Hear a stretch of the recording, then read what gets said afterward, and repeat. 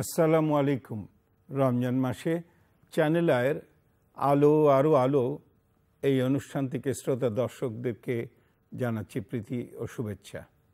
আমরা এই রোজা নিয়ে আলোচনা করেছিলাম গত দুটি অনুষ্ঠানে, এবং আমরা বলছিলাম যে রোজা একটা আল্লাহ তাআলা একটা টোটাল প্যাকেজ হিসেবে দিয়েছেন, যেটা হেলথের কথা, স্বাস্থ্যের বিধান, ভালো স্বাস্থ্য অর্জন করার জন্যে, বডিটাকে টোন আপ করার জন্যে, বডির বাড়তি যেসব মেদ সেগুলোকে ফেলে দেওয়ার জন্যে, আর আরও বলেছিলাম যে এর মধ্যে রোজা রাখার ফলে যে কোলেস্টেরল হয়, ব্যাড কোলেস্টেরল, সেগুলো চলে যায়, এইচডিএল হাই ডেন্সিটি লাইপোপ্রোটিনসটা বাড়ে, মেলানোআলডিহাইড ডিক্রিজ করে।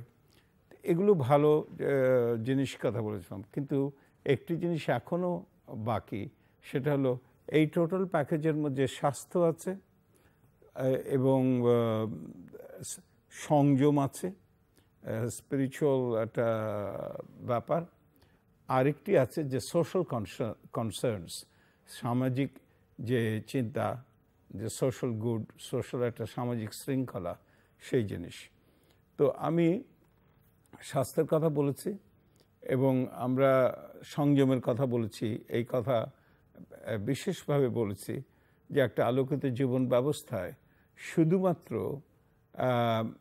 এই রোজাকে উপবাস হিসাবে নিলে এটা কিছু হবে না। মানুষের সংযম বাড়াতে হবে এবং ফেলো ফিলিংস বাড়াতে হবে, এটা সোশ্যাল কনসার্নস থাকতে হবে। সে তখনই রোজা একটা টোটাল প্যাকেজ হিসাবে আমাদের জীবনে হাজির হবে। তো আজকে আমরা এই প্যাকেজের অন্য দিক, যেটা সোশ্যাল কনসার্ন, সেটা বলছি। যদি দেখা যায় যে রমজান মাসে আমাদের এই গরিব দারিদ্র লোকদের জন্যে আমাদের কনসার্নটা বেড়ে গেছে এবং আমরা তাদের জন্য কিছুটা পারলেও করছি।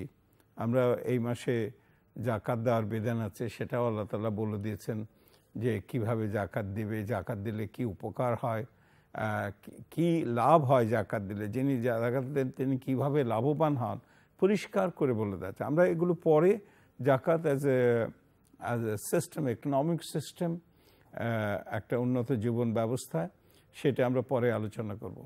আজকে শুধু আমরা বলবো যে এই সোশ্যাল অর্ডারের মধ্যে একটা হলো যে আমি যেখানে কাজ করি আর আমি যেখানে থাকি, এই দুটো যদি আমরা এই রমজান মাসের এই ডিসিপ্লিনের ফলে আমরা যদি দুটোকে আইসোলেট করে ফেলি, তাহলে কিন্তু লাভ নেই। অর্থাৎ আমি রমজান মাসে যেসব ডিসিপ্লিন মানলাম, এর ট্রান্সফার ভ্যালু যদি আমার কর্মক্ষেত্রে না পড়ে এবং অন্যান্য প্রফেশনাল সাইডে যদি এর ট্রান্সফার ভ্যালু না হয়, তাহলে বুঝতে হবে আমার রোজা রাখা ঠিক মতো হয়নি। কী করে ট্রান্সফার ভ্যালু? ট্রান্সফার ভ্যালুর একটা জিনিস হলো, আমাদের এই জীবনে আমরা দেখেছি আমরা সময়টাকে খুব কম গুরুত্বপূর্ণ একটা জিনিস হিসেবে আমরা গণ্য করি এবং এজন্যে আমাদের যথেষ্ট মূল্য দিতে হচ্ছে, যথেষ্ট মূল্য দিতে হয়। অনেক সময় দেখা যায় যে একজন মন্ত্রী বা অন্য কেউ এসে ইনগরেট করছেন একটা বিল্ডিং, একটা রাস্তা। কোয়েশ্চেন যেটা হয়, when was it to be inaugurated, কখন এটা হওয়ার কথা ছিল? সুতরাং এটা করলেই হলো না। Development is a continuous process এবং টাইম খুব বেশি। তো এই রমজান মাসে টাইমের ট্রান্সফার ভ্যালুটা খুব ইম্পর্ট্যান্ট। দেখুন, এটা লক্ষ্য করে যে আমরা সেহরির থেকে শুরু করি। তো সেহরির সময় উঠলাম, তো সেই সময় যে খুব বেশি করে খাওয়া তা না, একটু ফ্লুইড ব্যালেন্স রাখার জন্য সেহরি ফ্লুইড ব্যালেন্সটা মেনটেন করে। আপনি খেলেন, তারপরে ফজরের আজান হলো, আপনি নামাজ পড়লেন, তারপরে একটু বিশ্রাম করলেন, অফিসে গেলেন, দুপুরে আপনি নামাজ পড়লেন, বাসায় আসলেন, ইফতার নিয়ে বসলেন, ওয়েট করলেন, যখন হয় তখন দোয়া পড়লেন, ইফতার করলেন, অন্যকে খেতে দিলেন এবং সঙ্গে সঙ্গে বাসার সব লোক ইফতার ঠিক মতো করলো কিনা, যারা কাজের লোক আছে তারাও ইফতার ঠিক মতো করছে কিনা, তারাও রোজা রাখে, তাদের সঙ্গে একসঙ্গে বসে ইফতার করা, that is a great virtue, that is a great virtue. এবং এতে বাড়ির যারা মালিক, তাদের পরে যারা কাজ করে ডোমেস্টিক ওয়ার্কার্স, তাদের শ্রদ্ধা অনেক বেড়ে যায় যদি তাদের পরিবারের সদস্য হিসাবে ট্রিট করতে বলা হয়, এবং সেইটাই রাসূল সাল্লাল্লাহু আলাইহি সাল্লাম আমাদেরকে করতে বলেছেন। তারপরে ইফতারের পর কিছুক্ষণ পর আবার খাওয়া, তারাবি।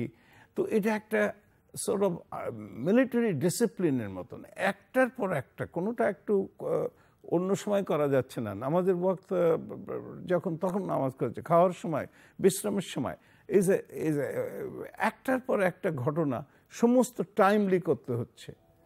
তাহলে প্রশ্ন হচ্ছে যে যখন এই রমজান মাস শেষ হয়ে গেল, তখন আমি কি অফিসে ঠিক রাইট টাইমে যাচ্ছি কি যাচ্ছি না? যদি আমি একেবারে রাইট টাইমে যাই, তাহলে আমি বুঝলাম যে আমার ট্রান্সফার ভ্যালুটা, রমজান মাসের যে সময়বোধটা, সেই সময়বোধটা আমার কর্মক্ষেত্রে it has started making an effect, একটা role, it has started making a role. সেই রোলটা যদি না থাকে, তাহলে বোঝা যাবে যে আমার কিছুই হলো না। অর্থাৎ সময়ের কথা আল্লাহ তাআলা কোরআন শরীফে বারবার বলেছেন, সময়ের শপথ, ওয়াল আসরি, মহাকালের শপথ দিয়ে বলেছেন। Time is a very important aspect of life. এবং আমাদের যে কর্মক্ষেত্রে যদি এই সময়টাকে আমরা ব্যবহার করতে পারি, তাহলে কিন্তু আমাদের একটা দারুণ ধরনের ডেভেলপমেন্ট প্রসেস ইন্ডিকেটেড হয়। আমাদের ওয়ার্ক কালচার ভালো না। ভালো না এই জন্যেই যে আমরা সময়টাকে রেসপেক্ট করি না।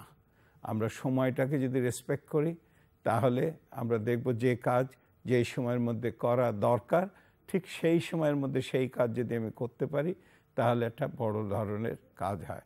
আর ওই যে বললাম সোশ্যাল গুড, যারা দরিদ্র, যারা নিরন্ন, এবং তাদের এই মাসে আমি যদি তাদের যতটুকু থাকে আমরা যদি তাদেরকে সাহায্য করি, তাদেরকে খেতে দিই, এবং যারা রোজা রাখতে পারছে না তারাও যদি তাদেরকে খাওয়ায়, যেরকম বিধান আছে, তো এটা একটা সোশ্যাল আসপেক্ট।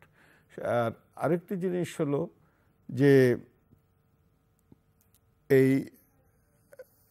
এর মধ্যে যে প্র্যাকটিসগুলো আছে, সেই প্র্যাকটিসগুলো কিন্তু দেখা যায় যে সেহরি বললাম আগে যে এটা ফ্লুইড ব্যালেন্সটাকে ঠিক রাখে। আবার তারাবি কিন্তু একটা খুব ভালো exercise for the body, and it helps in digestion. বেশ প্রলং একটা টাইমের জন্যে একটা ভালো এক্সারসাইজ হয়। The prayer itself is a very good exercise, যদি ঠিক মতো করা যায়, ওঠা, বসা, সিজদায় যাওয়া, তো এটা যদি প্রপারলি করি, তো it is acts as a very good exercise. তো আমরা যদি এই রমজানের যদি আমরা প্রপারলি যদি আমরা করি, আর আমরা যদি একটা দিক খেয়াল রাখি যে আমাদের স্টোমাক, গোড়াতেই বলেছিলাম যে স্টোমাকটাকে রেস্ট দিয়ে বডিটাকে টোন আপ করা। সুতরাং কখনোই যেন আমরা যে আমাদের স্টোমাকটাকে ফুল না করি। এটা খাদ্যবিলাসের সময় নয়, এটা খাদ্যের সংযমের সময়, বডিটাকে রেস্ট দেওয়ার সময় এবং বডিটা টোন আপ করার সময়। আর এইটা অন্যের জন্য কনসার্ন, উদ্বেগের সময়, নিজের আত্মসংযমের সময়। এবং আমার এই রমজান মাসে যে শৃঙ্খলা আমার জীবনে আসলো, সেটি যদি আমি আমার কর্মক্ষেত্রে, আমার প্রফেশনাল ওয়ার্ল্ডে যদি আমি সেটা মেনে চলি, তাহলে আমরা দেখব যে এটা একটা সত্যি উন্নত জীবনধারা, একটা আলোকিত জীবন ব্যবস্থার অংশ হিসাবে, একটা টোটাল প্যাকেজ হিসাবে এই রমজান আমাদের জীবনে হাজির হয়েছে। আমরা যেন সেইভাবেই শুধু অভ্যেসবশত না করে, এটা যদি একটা কনভিকশনের সঙ্গে আমরা যদি রমজান মাস এটা পালন করি, রোজা রাখি, তাহলে আমাদের ব্যক্তিগত জীবনে, আমাদের সামাজিক জীবনে রমজান সুফল বয়ে আনবে, এর কোনো ব্যত্যয় ঘটবে না, এই আশা রেখে আমাদের আজকের আলোচনা এখানেই শেষ করছি। আল্লাহ হাফিজ।